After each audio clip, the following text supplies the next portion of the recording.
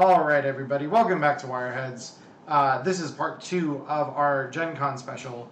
I am Emmerron, and I, as always, am joined by my co-host. Hello, everybody. I'm Diamond Dust. Welcome to the channel.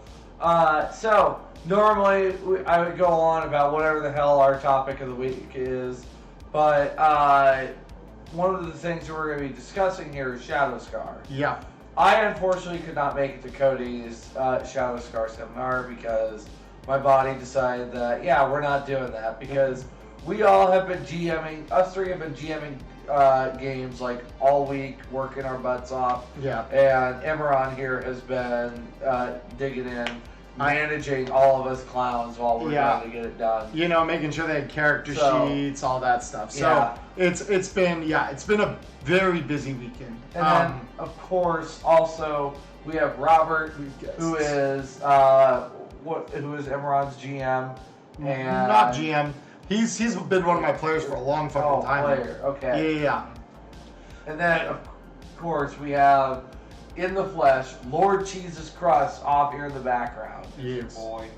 It's him. The big comfy. It's him. I am the big comfy. I need to rest.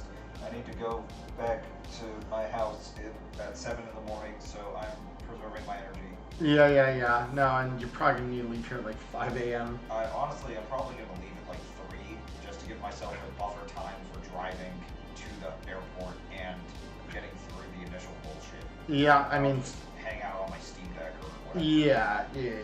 Yeah. Bottom line. Save us from your memes. Yeah. So, Steam pants. so this half of the episode, is going to be a little weird. So I think the first thing I actually do want to talk about, just because this is chronological for my notes, and it'll be easier for me to kind of cover it this way. So the first thing I actually want to cover is the evolution of Cyberpunk. Oh, okay. All right. Because you were there, I think, for... I was. Yeah. Okay.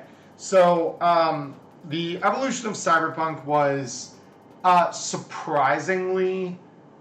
The announcements were very short in terms of the time, but there was a lot. Yeah. So to kind of give you an idea of the seminar just from the start here, so they gave a brief introduction of kind of what it was going to be.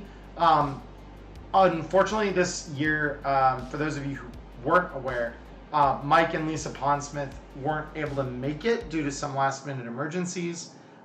So regrettably, they were unable to obviously be there, kind of giving their insight at the seminar. So it was Jay Gray, James Hutt, and Dave Ackerman. Jay Gray and James, I don't think really need any introduction if you've watched other interviews with them. But quickly, Jay Gray is the line manager for Cyberpunk. James Hutt is the senior game designer for the line. Dave Ackerman is a bit of a historical figure where the line is concerned.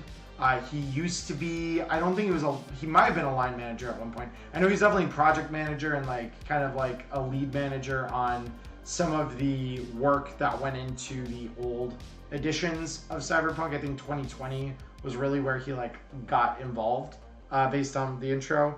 But yeah, so they kind of talked through who they were in the intro, talked a little bit about the history of RPG and Cyberpunk, which I did take some notes on, and Diamond, if you have any kind of I do. Yeah, other notes to kind of what I've got here, but so for both 2013 and 2020, they talked a lot about kind of the lessons they learned from each edition, the source books that kind of accompanied them and discussed things around specifically Rocker Boy, Near Orbit, and the Firestorm series.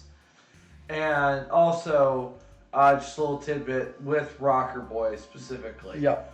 So for a lot of you guys, one of the questions I actually was going to ask, and I ended up getting answered, was why a lot of our DLC that we get in Cyberpunk RED is written from that first-person point of view. Yeah. It turns out that dated all the way back to Rocker Boy in Cyberpunk 2013. Yeah, they said a design concept that they used for Rocker Boy specifically was that they wanted it to read like an in-universe magazine or article of some kind, and that they wanted it to be developed in that way. So they went through and they decided well, who's the voice going to be? What style of conversation is this going to be? And yeah, they may not go as hard into it as they did for Rocket Boy, because Rocket Boy I think literally was like a full magazine. But for the subsequent articles that we now get in Red, we still do have like an intro, either as some kind of like a news report or an article or like transcripts from a video feed that talk about the subject matter of the article in universe with the voice of a character from it. So, or that is like deeply talking involved. about this video game he likes. Yeah. Derek Sylar is The eel goated. escape. I'm just saying. By the way, if any of you were not watching part one, pay to win. Quick little ad for this. It is a new adventure. By the time you're watching this, if you're watching this recorded, this is going to be up on my Patreon, and there's going to be a link to it on my channel. So definitely go check that out.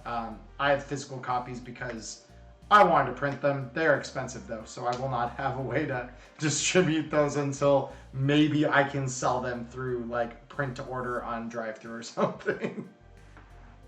But yeah, with that said, so the next thing we kind of they talked about, that was like a notable kind of inclusion with some of like 2013 and 2020, was they talked a little bit about how Cyber Generation was actually designed as like a kid-friendly, air quotes, take on Cyberpunk. They said that effectively it helped them expand the Cyberpunk player base, but it wasn't well received by a ton of the existing fans. But the newer fans that they kind of pulled in through it were like very, they're very welcoming of it because it was like a kind of a fresh take on things. And that they also mentioned, if you want to see a lot of instances of Mike Pondsmith being a little too right about the future, you should go back, read V3, ignoring the doll art that they used for the book. Yeah. The doll art. Yeah. Yeah. Oh, and they also said that Cyberpunk had both a failed MMO that they released way back when and a successful Nokia game, which is kind of interesting. Yeah, Also on top. Oh, Go ahead. yeah, I think that I saw a video about it. It was like a side-scrolling game, I believe. That was like, I think it was like Arasaka Tower Assault or something. I'm gonna find Interesting. it. Yeah, I'm gonna Google it. I might be a fucking idiot because I'm pretty sure that is actually also what the name of the game in 2077 is, that you like. It's like Doom slash Yeah. Wolfenstein. Well, I think that one's like Escape from Arasaka Tower. Escape from Arasaka Tower. Yeah, let me search it Yeah. up. Cyberpunk Nokia game. Also on top of that, apparently, like, because this was written back in the 80s, some of the other, like, one of the other things that I personally noted was apparently, because of how revolutionary it was, they just had their, like, in any TTRPG that they had seen, just the first openly lesbian character. Like, apparently that was just, like, really different for the time back then. Yeah, they mentioned a little bit about, like, it was very normal, like, where they were, because they were, I think they said... The Bay Area. Yeah, they were, like, Bay Area, when they were headquartered in the Bay Area at the time that they were releasing that, and that, for them at the time, that was, like, an exceptionally normal thing to see in the area, and that they just assumed that it would be, like, very broadly accepted by society, which is honestly, like, one of the few hopeful things that Cyberpunk very, very regrettably got wrong about where we are now in 2024. I will say right now, like, that is one of those things that, like, I desperately wish were true. That wouldn't be derided like it is. But yeah. I found the thing I was talking about. It's Yep. called Cyberpunk: The Arasaka's Plot. And, Okay. yeah, it was a Java mobile game. Oh, fun. That it was, it looks like a side-scrolling, like kind of beat 'em up, where you play as an edge runner, going through Arasaka Town. Yeah. It looks really weird. Yeah. So I mean, it was a Nokia game. Yeah. Yeah. So And David talked a lot about 2013, and then we fast forwarded to 2020. So they well, yeah. Well, we fast forwarded to Red is what we fast forwarded to. So Well, okay, because I had like some notes on 2020, including one of those. Finally got answers to why Morro Bay was chosen for where Night City was going to be put, because apparently Night City really didn't quite like have an established setting in 2013. It ended up showing up in 2020 because there was a spot that Mike Pondsmith would drive by every day on his commute. That was, Morro Bay, and he just said right there. Right. That's where it was going to be. That's wild. Yeah, because I'm surprised they didn't make a note of that. Because that is really cool. Because they did mention. I do remember them entering that segment because they talked about how like that was the transition from Night City being in every city to being like a specific geographic place that had like a specific geographical location. Also, on top of that, this was the first isometric map that was produced for the setting. On top of all that. Yeah. Fun fact, if you want to get your hands on that, DriveThruRPG actually does have a printable version of that map. So if you download the file from that and take it to a large format printer, you can get, because it used to be, they said, a fold out map that you would get in the rulebook as like a tearaway. And now it's just a printable file, but they didn't want to lose the map. So if you've seen the large map of Night City that came in the 2020 rulebook, that is the one we're talking about. And then what leads up to the events of 2045, we have the Fourth Corporate War, which moved us from 2020 up to 2023, and to specify, this is in-game 2023, where basically they gathered a lot of the old crew to produce the books. I think it was Heavy Metal, Firestorm, and what was the last? It was supposed to be Data Crash. Yeah, it was supposed to be Data Crash. The Data Crash didn't happen because of the real life card game crash of the 90s that fucked everything at local game stores. It was very, very, very bad, which is why you might find, because I remember even, because Robert remembers, there's a card shop we used to go to in Arizona called Showtime that would, back in high school when I would go there for Yu-Gi-Oh tournaments, they would have this box of old card game like trial decks and stuff like that were like from around that era. So you could still see like the like corpses essentially of these old card games that just got fried in the card game crash. Which some of you who are familiar with like older Artel might remember that there was a game based on Cyberpunk called Netrunner, which, fun fact, still does exist in a form under a different company who, I know if you search up Nisei on drive-thru cards, you'll find it, because you can order them as print-to-order decks, because it's a CCG now, but way back then, in like the early 90s, it was published by, I believe, Wizards of the Coast. And they were just using the license, so thankfully, Artel didn't take a direct hit from the card game crash themselves.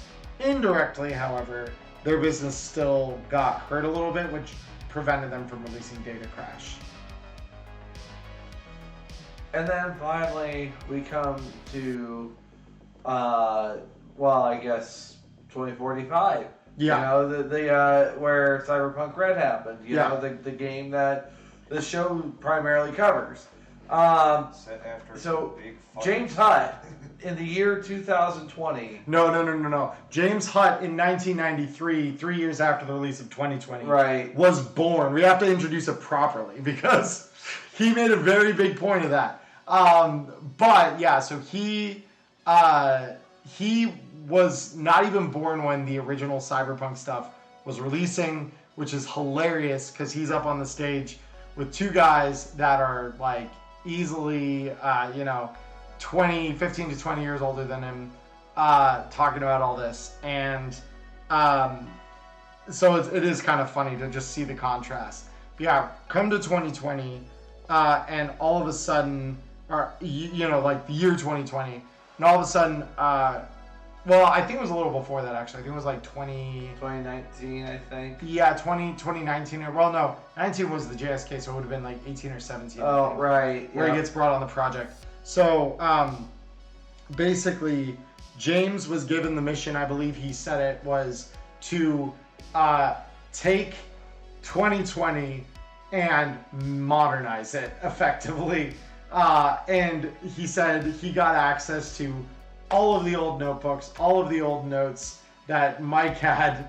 Lisa apparently accidentally sent those notes to James. Yeah, which is fucking hilarious because he said, yeah, I have a rule book of 2020 annotated by Mike talking about like, Why oh my god, why did I do this? Why the fuck did I do this? Was I high when I wrote this rule? Like, literally, this is shit. Yeah, he had all of these derisive statements in his own work. The entire section talking about body type modifier was just a giant circle with a bunch of fucking lines through it or some shit. That was like, take this out. Take this out. This is bullshit. Yeah.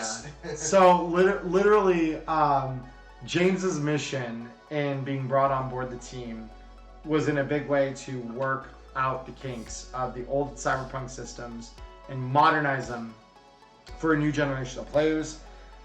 So basically, he was brought on to try and solve the problem of making the messaging of a cyberpunk world connect with a new age audience. The millennial generation and those now below us, like Gen Z, and someday Gen Alpha, I'm sure will be old enough to play this, so probably them too. And so the big key was doing this without making the game Dungeons and Dragons. Was specifically, I believe, the way that James put it in the seminar. Although make it approachable to Dungeons and Dragons 5th edition players. Which he did very well in the end. Made a good game, unlike that one. Yeah. So one of the fun things. At least we won't get copyright strict for this. Yeah, but to be fair, light the fire. No. Go get your gun. Make sure the Pinkertons can't get in. To be quite fair, that shit was the creator. That was on the creator. So that's why here at Wireheads we don't talk about shit that we're under NDA for. That is the one thing we will never fucking do because Sokka assassins are real. If Wizards can hire them, so can RTG. Anyway.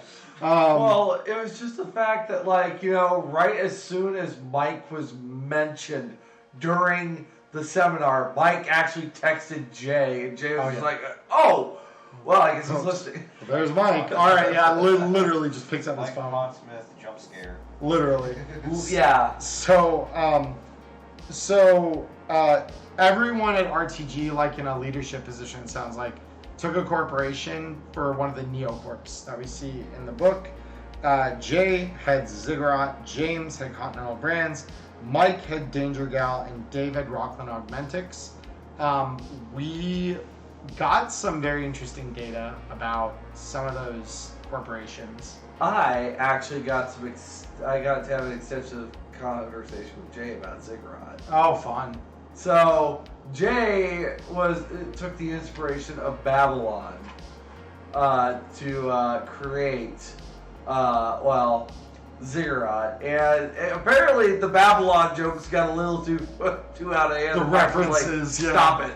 Yeah. Because of course, we got Ziggurat, the pyramids themselves, and apparently Babylon is dated back to have one of the first known forms of communication, and with Ziggurat rebuilding the communications of the time of the Red, it seemed to fit. Yeah. Also, the name is actually for the city of And Oh, I it- should have fucking known that. Oh my yeah, god. yeah, I had that moment Oh. too. UR was inspired off basically taking people like Steve Jobs and playing them to their worst aspects. I mean that I caught loud and clear, but the oh my god. God damn it, Jay.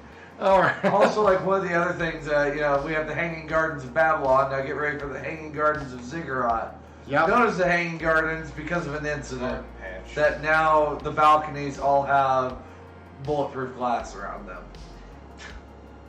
Yeah, it's God.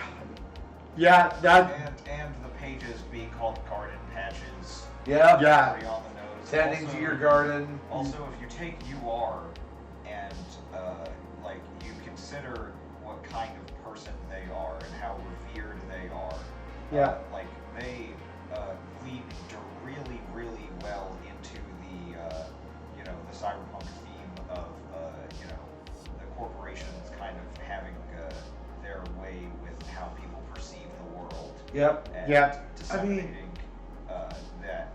disseminating what they want you to think the world is like through their their media and stuff. I mean, Yeah. hell, That's UR and realize that. Ziggurat Yeah. have a deal with Gunmark that, Mhm. Gunmark will pay them to just, snipe out any, bad reviews on the Gunmark special or Which other is products. Hilarious because Gunmark makes fucking garbage, but they have, I guess, so much money off of people buying their guns, then breaking them, having to buy another Cheap one. guns. Yeah, they sell a gun for $20 and then it breaks, and then the guy comes back with another $20 and buys another one, and now they're raking in the fucking dough. Well, it's like the situation of like the Planned boot, obsolescence. the boot parable, Yeah. where a poor man can only buy a pair of boots that only last for 2 years, where a wealthier man will be able to purchase himself a pair of boots that'll last him many years. Yeah. Well, yeah, it's ain't no obsolescence like planned obsolescence. Also, COVID. Also COVID. The COVID pandemic really helped them get an idea of scarcity and how to really get it together a little bit, especially Yeah. with the toilet paper crisis. Right. And Well, the PS5 and Xbox One yeah. and the Nvidia 30 series. RTX 30 series, yeah. Well, the Honestly, every time crypto goes up, you can experience that with NVIDIA graphics cards. so the other thing that got talked about here is James talked about how the CEO of Continental Brands was based on his mother, who I guess was at one point a CEO, or not CEO, but like a high-ranking exec Yeah, for she was- Nestle. Yeah, she was like a he's- step away from a VP. Yeah, and he's like, yeah, what if she chose the darker path? What if instead of stopping her career to raise a family, she went farther beyond? And it was just, everyone was giving him shit for the rest of the fucking convention for the comments he And- made. It seems to be implied that Olivia Forsythe, CEO of Continental Brands, has a little bit of a synth coke addiction. Yeah, That's genuinely the least surprising thing you've said all day. yeah.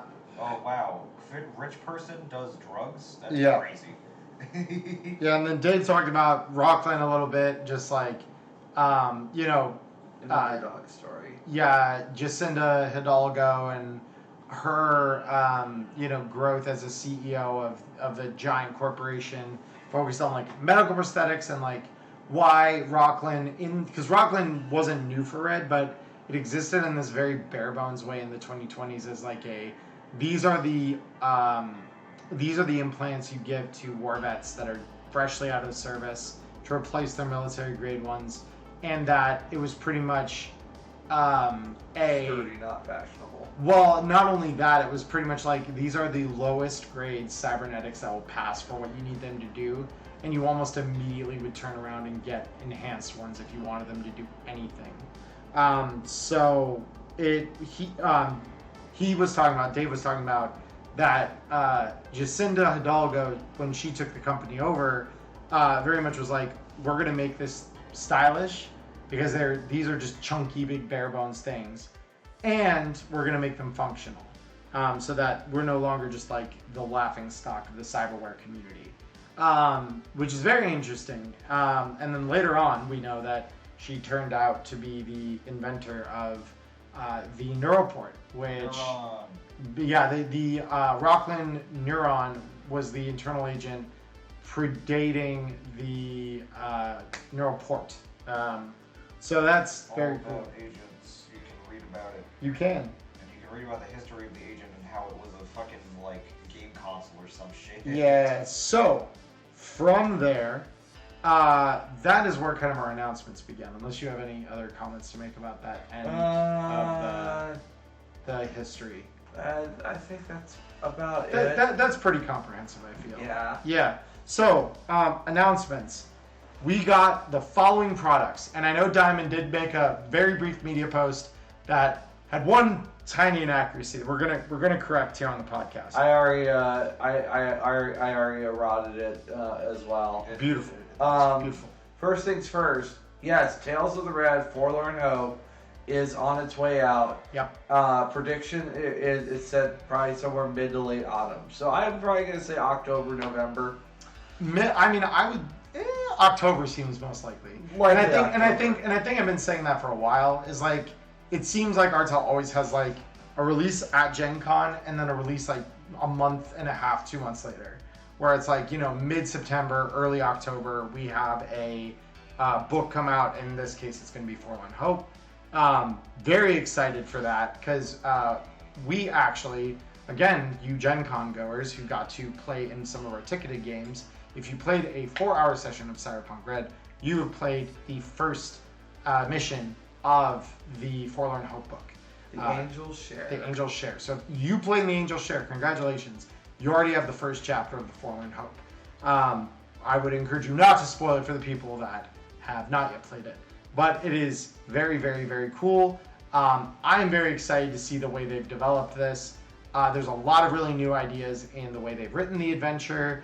And the book at large promises a lot from some new creative ideas and some new systems and things like that for GMs that we will have to look forward to. I think actually one last thing about Forlorn Hope. I think it was during the seminar that Jay talked about heists, I believe as well, right? Yeah. So Jay mentioned specifically there is a mission in Forlorn Hope that is a heist-focused thing a la Ocean's 11 that is a very different type of mission from the others that we typically get in Cyberpunk RED. And he said that people should look forward to it because it is very, very fun. And I cannot wait to talk about that more. Somebody asked new or reprint for which product are you referring to? New or reprint. So all of what we're about to talk about are new. These are all new things. So I suppose the first thing that was surprising me is Interface 4 has already been announced. Yes. Well, this was the same at GenCon last year. We got the first taste of what Interface RED Volume 3. We got an announcement. It was in production. The thing about RED V3 is we did not get a note about what would the extra art. Yeah. They just said it was going to be the longest one they had ever done, which they weren't wrong about. The FBCs were. This time, we actually got a hint. And they said Jackie Chan would be proud of the article we're going to include at the end.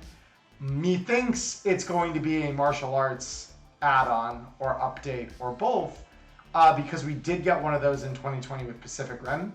So we gonna get Gun Fu? Oh, dude, if we get Gun Fu, it's gonna be so good. We might get Arasaka Tay from Chromebook 3. We might get Panzerfaust from also Chromebook 4 or 3. Yeah. I think it's 3. I might be renamed because I'm not sure what the deal is with that, but I've heard a little bit of confusion, a little bit of something about that, but we'll see. We might see just anything from Pac Rim, basically. Yeah. They have like the entire Pac Rim book. So they could do Choi Lee Foot. They could bring Choi Lee Foot back. Oh, dude, no, I know one guy who ran a martial arts solo Neon Inferno Season 1 that would be extremely excited if Choi Lee Foot came in. Yeah. Because for him, that I believe that's a martial art he actually has done in real life. Yeah. In 2020, it was a IP ×5 skill, I believe. So it was really fucking powerful then. Please note, outside Forlorn Hope, none of these are in particular order. They're somewhere in the chute, coming down the funnel. We don't know when. I think we can probably guess when Interface 4 is coming out, at least, because like usually those are around New Year's or shortly after. Like roughly. Interface 3 was February. Yeah. Interface 2 was about the. Well, no, Interface 2 is kind of weird. I think it kind of Interface halfway through the year. Red 2 was like more towards December, I think. Yeah. Bottom line is, Usually winter time. They said last year at Gen Con they were going to start working for like an annual model for the interface volumes. So my guess is it's going to be probably like somewhere between January and March. Yeah, if I were to guess, really, but I don't know. Yeah, it really comes down to formatting the entire book to make every like DLC flow into each other as well as getting the exclusive thing written and edited and formatted and like play tested and all that other stuff. So I don't know. Maybe we get to play test it at some point. We are play testers. I think all of us, except maybe Robert. Robert, are you a play tester? No, Robert's a play tester. Okay, awesome. So He's tested at my table before. Yeah, we will not be telling you about it because we're legally not allowed to do so. But we'll be trying to whip it into shape as good as possible if we get to. With either a Whip it. Yeah. Whip it good. Anyway, so next up, one that I am personally excited for, and I'm not sure exactly how it's going to work mechanically, but we're getting something called the Trauma Deck, Yeah. which, probably is fitting with the section of Cyberpunk RED called Trauma Team, Yeah. where we're going to be getting critical injuries. So I wonder if it might be a couple decks of cards that are just quick reference, or I draw. I kind of, as I've thought about it more, because like I didn't have this thought until just now, but like I wonder if part of it's going to include Night City Terra. Probably, actually. That could be really interesting if we finally get like a Night City Terror deck, Yeah. or something equivalent that works with it, and that's part of the Trauma deck. Yeah, because the idea of a shorthand pull out your cards for stuff like critical injuries, sure, the critical injury table behind the GM screen is incredibly handy, but if you don't have enough dice to go around, it's a quick, easy fix of, yeah, I have cards available. I can tell you exactly what it does. Just hand the player their, And if we Take your injury, peasants. here's your L. and Here's your if we get new critical injuries in there, that would also be sick.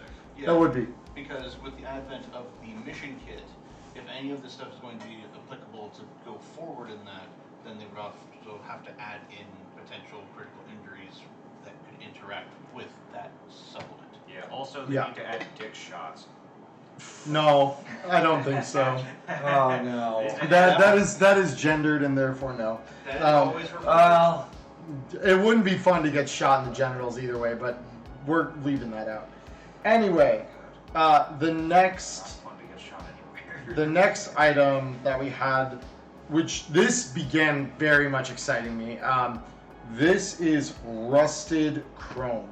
So we finally, after like getting teased on this for at least what two and a half, I think, years was the oldest mention of this. gaslighting myself to the point that it's just like, yeah, it's not real. Yeah, like, so we have Rusted Chrome announced officially. It is in the pipeline, which means we are probably, because I think they usually announce things when they're in a relatively intermediate level of their development, where they're like out of the concept phase and they're into the active development. So Rusted Chrome, we were told, is going to, whereas Black Chrome focused on fixers a little more, the Rusted Chrome is going to focus on Nomad and Edge Runner economies and how those operate. And it sounds as though a lot of the gear in here is going to be more of the utilitarian. It's not going to be the flashy stuff we got in Black Chrome. It's going to have some weather to it. So very, very, very exciting. We didn't learn a whole lot about it. Obviously, this is just like the very first announcement. And like I said, this whole announcement section for products is like 10 minutes long in the actual seminar. Yeah. Very fast. So, Yeah, with the hints that Charlie and Diamond were kind of talking about, it's a, here's your shotgun, it's not shiny and can't do any fancy tricks. But you might be able to get something out of it if you try hard enough. yeah. The next item that we were told we were getting, the next book, I should say, is Night City 2045. So we are getting an updated Night City source book for the time of the Red, which is very fucking cool. I love the Night City source book for 2020. Yeah. James Hutt has also mentioned, I don't know to you, but Playland by the Sea is finally going to be getting some more detail in Night City 2045. Yes. That was my error, because I thought James was referring to that as its own title. So for anyone who had seen that post on Reddit or on Twitter or whatnot, I do apologize. I was a little bit inaccurate there. Yeah. It was. Playland. You forgot the first L. I mean, you still got to pay money to get in there, so you still pay land. True. Fuck. But also, you might be wondering, well, what about the 2077 source book? Guess what? That's also on its way. We don't know when, but the 2077 source book is on its way. Yeah. It will be So- the thing from the thing. So before we talk about the 77 source book, there was something about Night City 2045 that I made a note of here. So they said that it has a ton of authors. Yep. And from the sounds of it, it sounds like they're each going to be kind of covering a different part of the city. And that's going to kind of be the way that this is handled, which is really incredible. Rob Barefoot. We've heard that Rob is going to be one of them, which I'm very excited about. Not me. Not you. No. Melissa Wong is also making a return for this. Melissa Wong is. Rob said he'd have like a full post with all the authors. So like, I don't. Yeah, he said he was going to make one after Gen Con, doing a summary. But I expect that either this coming week or if Rob is very serious about taking his time off, which Rob, please fucking sleep, take your time off. We can wait a week. I promise. Anyone who's Take 2 weeks. he always takes one. Mute Rob from the Discord for 1 week. Yeah, right. Yeah, just okay. Hold up. Yeah, no. So yeah, Rob did tell us a little bit about that though, and I'm gonna leave it there just in case we step on his toes. The one other thing that we were told is that we are getting a neighborhood generator in Night City 2045, which sounds like it's going to allow you to roll some roll tables and generate neighborhoods. There is a third-party supplement that exists already that's like, I think, $2 or $3 on Drive-to-RPG called Augmented Reality. That is effectively that, but I know that that one's a very general cyberpunk, whereas this is going to be like specifically for Night City. So if you do want something like this in the meantime before this book comes out, this is a recommendation from me because I've used augmented reality a ton in my games. Definitely check it out. Like I said, it's like $2 or $3, really, really cheap, and it's got a shitload. I think it's like 50 pages of roll tables to describe like anything you could possibly want to about a cyberpunk neighborhood. But yes, as Diamond was starting to get into, we then know about we are getting a full Cyberpunk 2077 source book. We also heard that it might have 2 volumes. Mm-hmm. So we don't know yet for certain that that's the case, but we do know that when Mike was given the page count in concept for the thing, he was like, what? With what truck are we going to haul this thing? Also, on top of that, it sounds like Rusted Chrome. If you happen to, like, depending on what it sounds like from James, Rusted Chrome may provide some important context to how we get to the 2070s. Yeah, so something that they actually, because Jay kind of supported that, where basically said, like, all of these products are being discussed in a cloud because they are effectively not possible without one another. So the 2070 source book is only possible because they're doing the thinking and the production on things like Rusted Chrome and Night City 2045, because those have concepts and ideas and things that directly link up into the 2070s then for context. So it is, it's very exciting. I think that there's a lot to look forward to there. And then, and everything in the 77 source book is all RED compatible. None of this is not a new edition, just like with the CMK. This is simply stuff for RED, themed for the 70s, so that, again, we'll be able to just make better games that stretch between the two timelines, and it's going to be relatively seamless. The final announcement we got was that one of the pending CEMK DLCs, of which we still have to see two, first is now out, Karaoke Night. We ran that one for several people at GenCon as well. Some of you 2-hour players will know Karaoke Night. That is a DLC for the CEMK.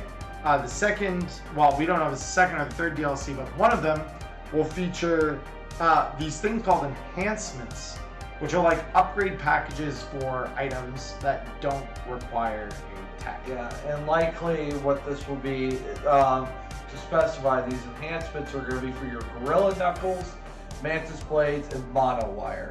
Oh, and the PLS, the projectile launch system. PLS. Yeah. All four of those, most likely it's going to be so that way you can get your poison or your taser knuckles and other good shit like that. Yep. Flavor your toys to be extra tasty. They'll be very spicy. Because even Jay was like, I'm sure some of you looked at them and were like, whoa, these are pretty underwhelming or have featured. So any of you complaining about the gorilla arms? People are complaining about the gorilla arm? Yeah, they were saying cyber arms for body 11. No, they were literally saying linear frame Sigma's better. Just price. Don't look at me like that. I don't agree with it, but yeah, I've begged my case. See, Whoever says it, stop. Stop. It's not boardware, is it? It's not. It's not boardware. No. Humanity Lost is the big trade-off there. Yeah. See, you could be the guy that gets both. Yes, it could be. And that's probably me.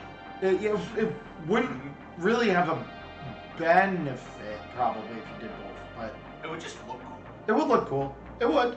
Aesthetic, and that's, again, we play a style over substance game, guys. Never forget that. So, sometimes you just want giant fucking knuckles. And depending on what the enhancement is, that still might be viable.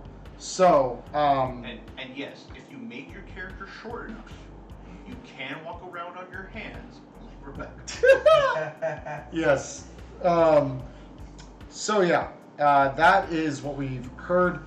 James also mentioned that he might want to use things like enhancements on stuff in Rusted Chrome, but we're going to see. Conceptually, they're a new thing, TM, and we don't know quite how in-depth they are going to be in terms of their appearance in other content. But yeah, that pretty much does it for the announcements. Then we got into Q&A. So I don't know how detailed notes you took on the Q&A, Diamond, but I don't know. The Q&A was going just way too fast for me to keep. Okay. Yeah, because I didn't get the questions, but I did get the answers, so I can kind of like work it backwards. So someone asked a question related to if there are going to be books developed for other areas of the world beyond Night City, or something to that effect. That was like the effect of the answer. So the only books that are currently planned for world development of any kind are all related to Night City. Jay has repeatedly said, both publicly and even privately to us, that like the reason they do this is because they want you to develop the world outside Night City, so they can drop hints here and there of things that are happening. Obviously, there are giant world-spanning things like pandemics and stuff that they do include in the timeline for the CEMK, but the specific layouts or political affiliations or whatever of the various regions of both the US and the rest of the world are entirely for GMs to decide upon themselves and kind of like uncover. Like Robert back here is developing a setting for I'm Arizona. not doing nothing. Yeah, okay. I'm not. Yeah. He's got a very cool idea. I'm very excited for it, honestly. I mean, if anything like this afternoon, you can bully me enough into talking about it. Yeah. I mean, talk about it. That'll be a great example of why they don't make world-focused content outside Night City. Well, you asked me to. You didn't bully me, Charlie. You have to do it correctly. Well, Look, Mark, yeah, he's been Knuckles the Solo. He's bananas for gorilla arms. Yes. Okay, Yeah, that got yeah. me. That's embarrassing enough. But yes. Yes, hi, Mark. So the general idea that I pitched to everyone in this room and also to James and just to James because I think I didn't want to take up Jay's time was this concept of a cyberpunk environment taking place in our hometown, in mine and Charlie's hometown of Arizona, instead of focusing on Night City, where Phoenix is a nomad central hub with militarized zones by good old Militech, such as Phoenix International Airport and Luke's Air Force Base. Notable places that people, if look on a map, they can find it. And kind of touching on the Mad Max flavor of using the 17 and what its nickname is for. Yeah. And also talking about why no one goes down to Yuma. Yeah. There's a lot of good stuff in there, but very, very Mad Max, lots of Death Race kind of vibes. Hey man, explosions. Yeah. Blows up. So, very, very cool. The next question that got asked in the actual Q&A was something to the effect of, do you guys ever retrofit events in the real world like the COVID pandemic or other similar kind of events or catastrophes into the Cyberpunk timeline?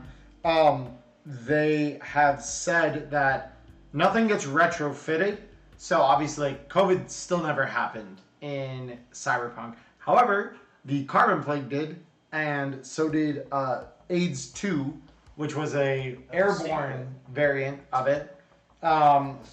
And they touch on themes though. So things like agents, homelessness, hunger, all those things still have their place in Night City.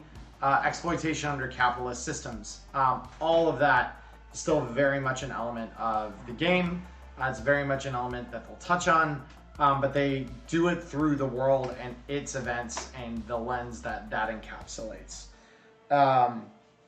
They then got asked, would you ever consider rewriting old adventures or old supplements or things like that to make them RED compatible or to translate them into RED? And Jay basically said, if they ever get the bandwidth to do that, it would be done as DLC. They've considered it repeatedly, but that at this point it's just not something they can easily accomplish, and that mostly it would probably take the form of like the JSK conversion guide, where they basically say like, okay, going through the beats, if you have the book, this is what you do here, this is what you do here, this is what you do here. It wouldn't be like a full rewrite, like, rewriting as an article. So again, we talk about enhancements. They're a new tool that James has for gear and weapons in RED, and he's not quite sure how fully they'll apply to the broader scope of things, but that they are there.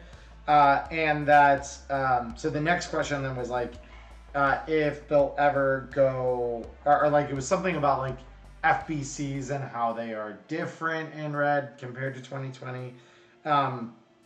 And they mentioned that basically like FBCs in RED are more of like a war platform instead of a like novel thing. So like if you have a Dragoon in 2020, it was designed as a Dragoon, but in RED it's a platform and you can tailor build it to meet whatever your needs are.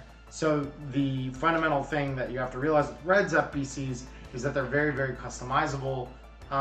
And they were in 2020 to an extent as well, but like in RED they're especially, like the base model is just the base model, and then you're supposed to kind of expand beyond that. But yeah, that is where we then hit the end of the RED seminar. So finally now, we get to go into Shadow's card. So Shadowscar, I believe it was.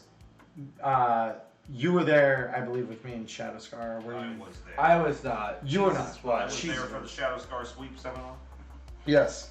I don't think LCC. You didn't take notes. Did you? I didn't take notes, but I do remember Yeah. some of the more interesting stuff, like the lore stuff that was talked about, and some of the questions about like character creation, which I probably won't go into because that's maybe a little bit. No. Oh, He talked about it in seminar. We can talk about it. Yeah. So to give a brief overview of kind of like the lore of Shadowscar, so he talked a little bit about the lore at the beginning and then kind of expanded it into broader topics after. So the Veil War, which is what we are currently fighting in the main game, came after something called the 100 Years of Sorrow, which is 100 years of war, strife, etc. And that was kicked off by the two prime gods of Nakatsukuni, Izanagi and Izanami, who were gods that kind of created everything in Nakatsukuni. They are like the entities blessed with the ability to kind of create things like mortals and everything. And they ruled over the land until Izanami had a difficult childbirth with a fire god and then passed into the underworld. Izanagi followed her down and tried to recover her, but failed. He effectively, I very much abbreviate this, but effectively, he treated with the god of death of Yomi no Kuni to try and free her, and was told, if you can wait outside her room without looking in until she comes out, you will be able to go back to the surface with her.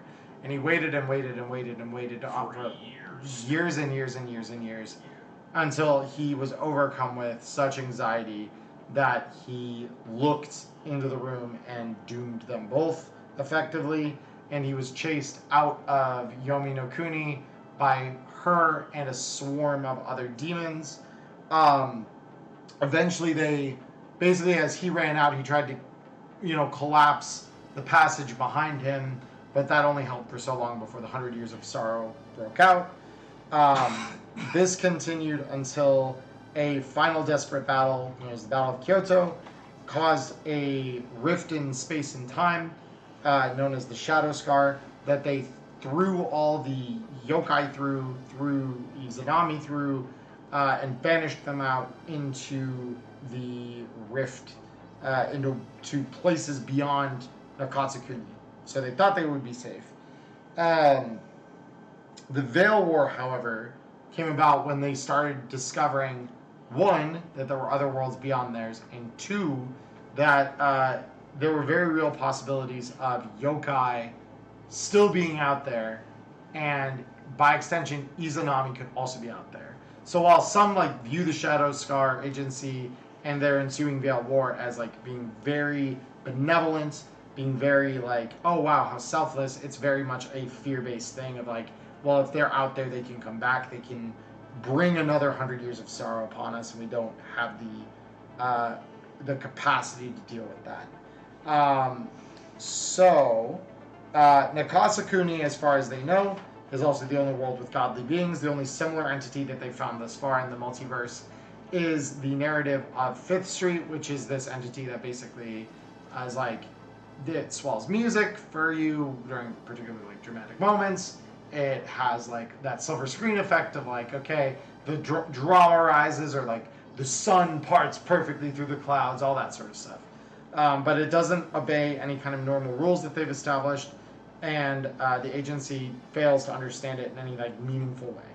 So it's the background noise. Yeah, well, yeah, it's all the background stuff you see in a film, most importantly. And then Refuge was noted as being the foremost example of the yokai infecting and destroying a world because it took over the entire Earth, basically. Burned it. The residents of Refuge on Eos Station were kind of told, it was a horrible, biological attack that just wiped the planet out. And they were veiled from the yokai and understanding it, which is why any ships attempting to go back and investigate or reclaim the surface are immediately called off by the Shadowscar Agency for worry that it would break the veil. He mentioned that there were 2 worlds, and he talked about these in our interview with him, but he mentioned Greengrave, which is an eco-apocalypse world, by plants that they're worrying are becoming sapient, as well as White Squall, which is giant city sea ships roaming in an age of piracy, which is very cool, reminds me very much of like Mortal Engines. And then this is where we get into the good stuff. So he said the plan for the game is similar to Cyberpunk RED. They're going to offer monthly DLCs.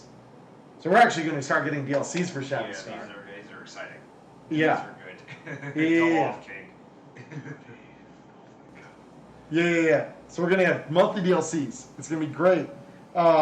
Then they said they're going to have a line of these offering alternate worlds based in part on other worlds from RTG properties. So Cody, you fucking mad lad. So Yes. we could have Shadowscar in Cyberpunk. Yes. Or The Witcher. Or the other way around. Violence. Cyberpunk in Shadowscar. Fossilized violence Yes. world. Let's go. Demon dinosaurs. Demon dinosaurs. Yes.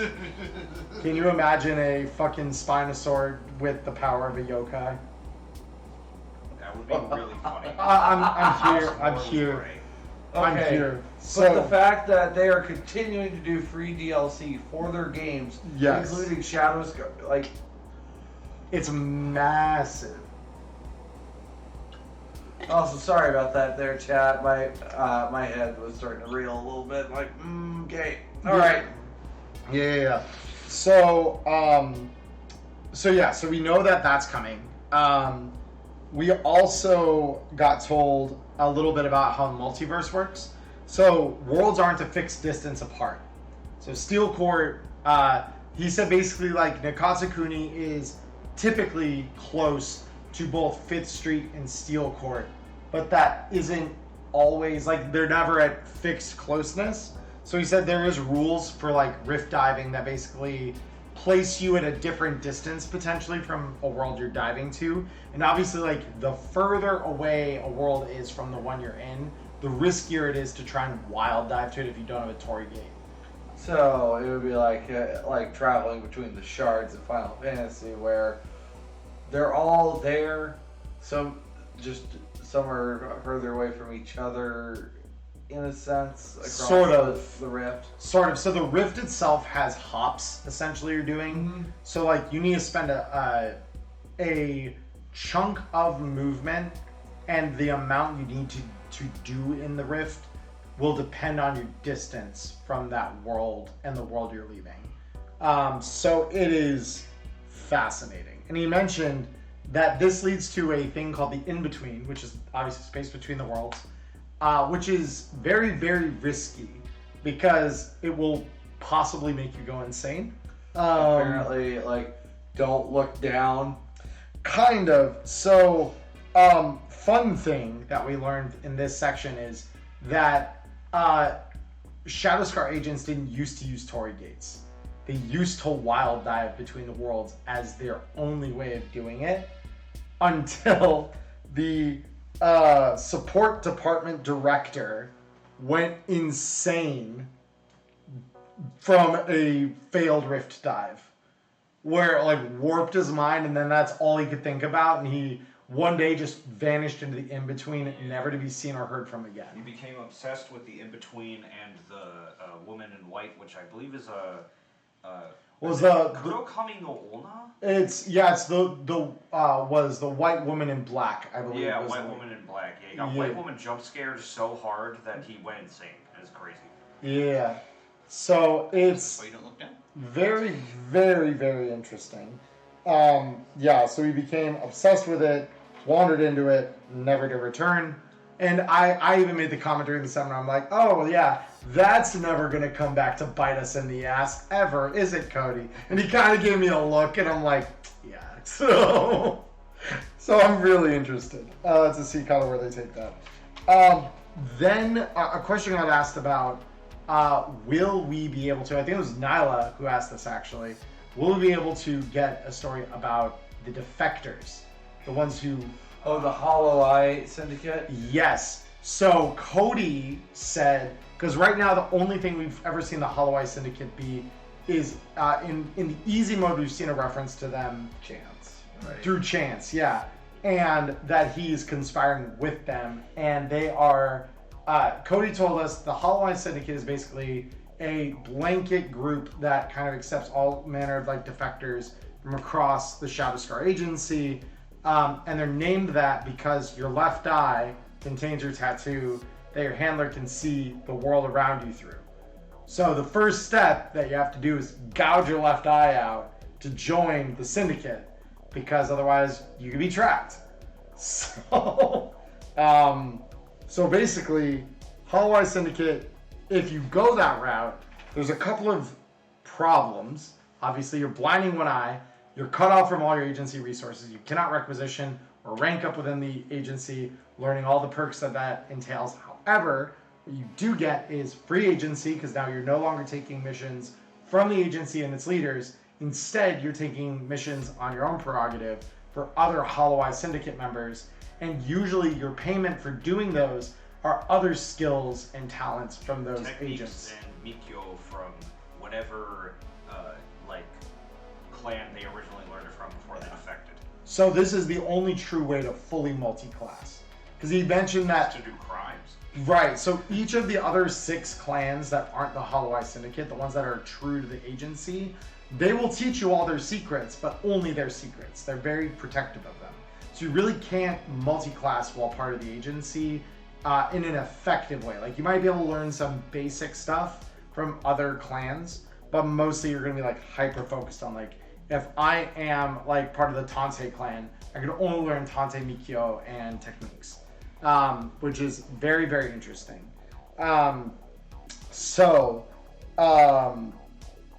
We go from that then to character creation.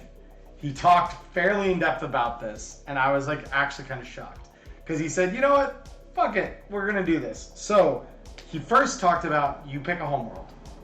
And then he told us every homeworld has 3 abilities. And he told us the 3 for Nakatsukuni. We already know what they are. So we have Poltergeist, Spirit Sight, and Folklore, I believe was the 3rd one. So Poltergeist lets you interact with physical things even while you're a spirit. Spirit Sight we already have in one of the pre-mades, where it lets you see the spirit realm. I think Poltergeist has. I think Asano. What is that his name? Asano. It's the dark. Osamu had. No, not Osamu. Oh. It's the dark-skinned dude who's wearing like the gi. Who here? I have an easy mode over here. Let me find his character. I think he has Poltergeist. Because Poltergeist lets you interact with the spirit or the physical world from the spirit world. Yeah, he's the Satoshi Asano. Yeah. Yeah, he has Poltergeist. Yeah. He does. Okay. Satoshi, he does. Yeah. So. Folklore, though, is, I believe they said you automatically pass knowledge checks to learn about yokai. Yeah. Because you've spent so long on, like, just being raised with stories with of the them. Stories, yeah. Yeah. Atsuko Nishijima has that one. Yeah. In easy mode. So, okay, so that's probably why he was willing to talk about it, because he knew all 3 of these made an appearance. So not new information, but we now know that those are the 3 that relate to the homeworld. Nakatsukuni specifically. Yeah. And there will most likely be 3 for every single. Oh no, he confirmed. He confirmed every homeworld will have 3 perks associated with it. Yeah. He mentioned the life path does exist in Shadowscar, but is shorter than other products because they wanted to keep it relatively simple. Due to the multiversal nature of the game, it made it harder to like really zero in on everything, but that he still wanted to have like meaning and be useful to GMs who wanted to create, challenges that were specific for their players. He mentioned that then once you kind of got that figured out, you'll start picking your stats. So you pick a stat to be level 3, a stat to be level 2, and a stat to be level 1. And then you go through skills. You pick 5 of your skills to be at level 2, and 7 more to be at level 1. And then he said that key and wealth given are going to be fairly straightforward. They're going to be based on a combination of your homeland, your clan, and your perks that you take. So the perk system in this is you take one advantageous and one disadvantageous quirk. So the advantageous ones can give you bonuses like we've seen in the jumpstart or like the starter set and the easy mode. We've seen they can be things that enhance your wealth, things that enhance your key reserves, things that give you extra gear. There's all kinds of fun stuff that you can do with that, but they have to be taken with a disadvantage. He did, however, mention you could take a disadvantage and not take a corresponding advantage if you were like a dedicated role player, I guess playing like challenge mode or something like that. If you want to go with like the missing arm that like Hugo has, right? Then you could just have that and then have this prosthetic and then just straight up not have one of your arms normally, and that could just be your character, and that's fine too. Right. So if you don't want to take an ad, yeah. If you want. But he said like there's really not like an advantage at all to like doing that. So, is what it is. And so he went over the clans and all their lore, which for brevity I'm not going to do here because this is already gone long enough. So he then specified techniques in Mikyo. So techniques are clan tricks of the trade that don't utilize any kind of magic. Mm-hmm. They are like your physical, like tracking abilities, hunting abilities, evasion techniques, all those sorts of things. Mikyo is specifically magical. That is typically very guarded in the higher levels of it, at least. It's very guarded, veiled in secrecy. That's pulled from your key reserve, if I remember correctly. Right, yeah, so you spend key points to use Mikyo. But it is, the secrets of it are very well guarded by the various clans for the really powerful stuff. So, like, you either need to be part of a clan to learn its highest level Mikyo, or you need to be part of the Hollow Eye Syndicate and learn it from someone who knows it already. Yeah, pretty much. That's kind of what the Hollow Eye Syndicate is about. Was the Spirit Lantern talked about? It's in the starter kit. Yeah, so the starter kit does have rules for the Spirit Lantern and requisitioning it and everything. We also know that most Mikyo and techniques are not going to be combat focused. They are tools for specific problems, and you gain more of them when you rank up in the Shadowscar Agency, or again, obviously, if you're playing through the Hollow Eye Syndicate, you're learning from other members. And then finally, gear is numerous and full of all manner of different tools for solving specific problems. So yeah, so that was my notes on the Shadowscar seminar that Cody had. LCC, have you got anything additional that you want to throw in there as far as info that I didn't cover? I'm pretty sure that you hit everything that I was thinking of. The only thing that I the only thing that I asked Cody about outside of the things I've already talked about were the waifu wars.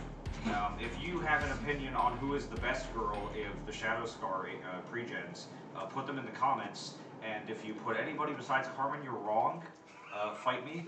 I don't know. I mean, it seems Aisho is a very popular pick. Yeah, well, a lot of people can be popular things can be, cool too.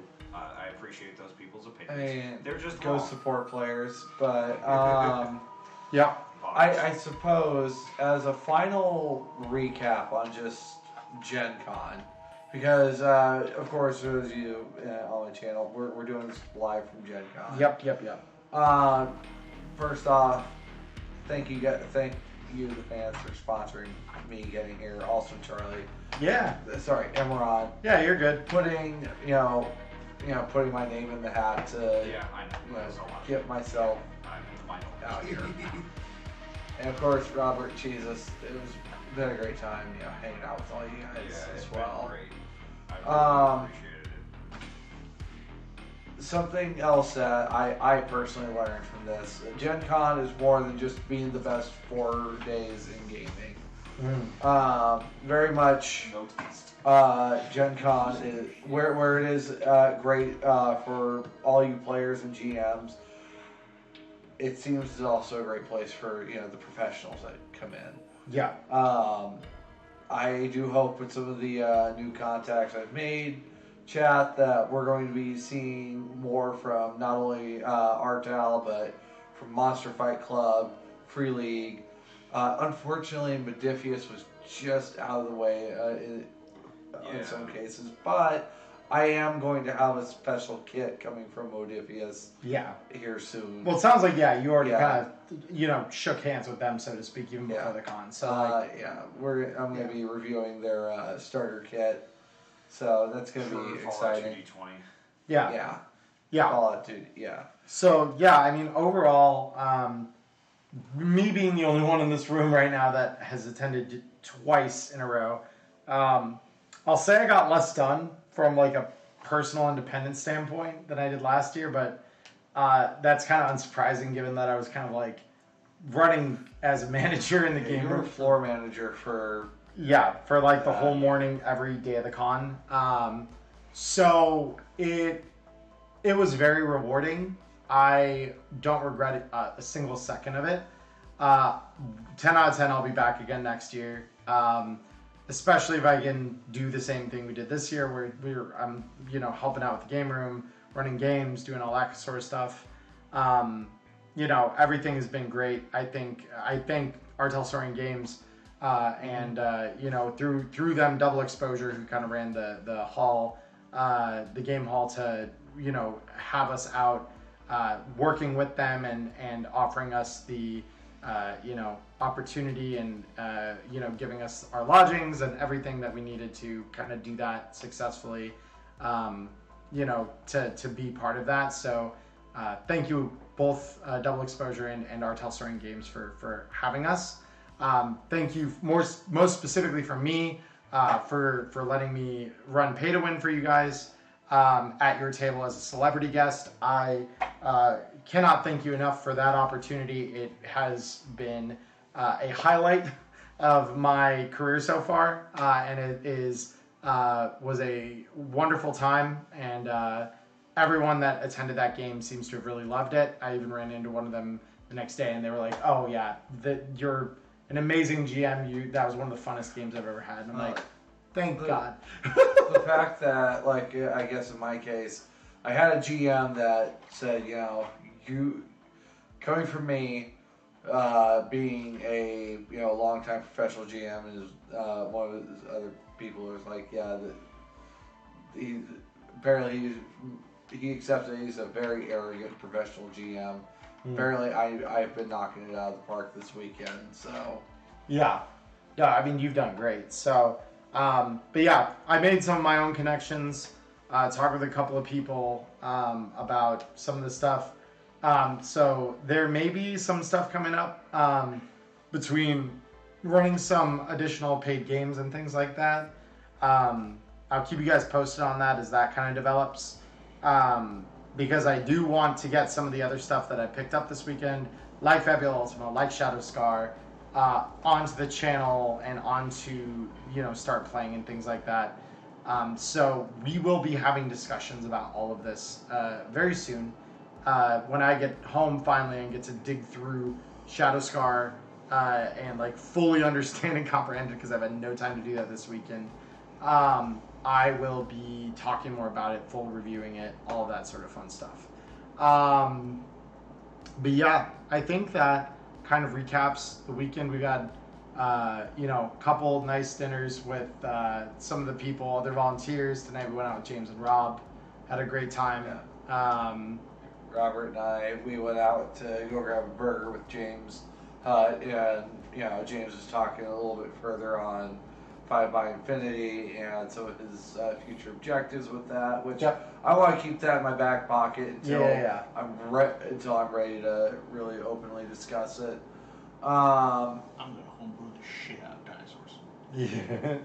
Also, on top of that, again, to the fans at home, and also to some of you fans that hung out with me last night, thank you guys so much for sponsoring me getting out here. I put my fair share into the pot, but if it wasn't for you guys, especially Ren, if you're watching this right now, thank you. John the Wise also. John, Sludge, all y'all, it's been a blast. I know there's already been some questions about PAX Unplugged. That's further down the road, and I don't think I'll be able to make it to PAX. We got about 4 months for that Yeah. particular. 3 if we want to be, prepared, but 4 before it actually happens. So we got time. Well, yeah, and then GenCon next year. Most likely, I will probably be doing a little bit more independent media work. There will be a lot more live broadcasts for me, hopefully. So be prepared for it. I will try to get my butt here. Most likely, Valkyrie will be coming with me as well. Yep. But yeah, I don't believe we had any Q&A this session. Besides asking about the stuff they announced, like the 2077 book and the 2045 NC 2045 and stuff like that, yeah, it was all pretty much just chatter. Yeah, perfect. So- So yeah, we've Unless you guys got. had emails. Yeah, so I know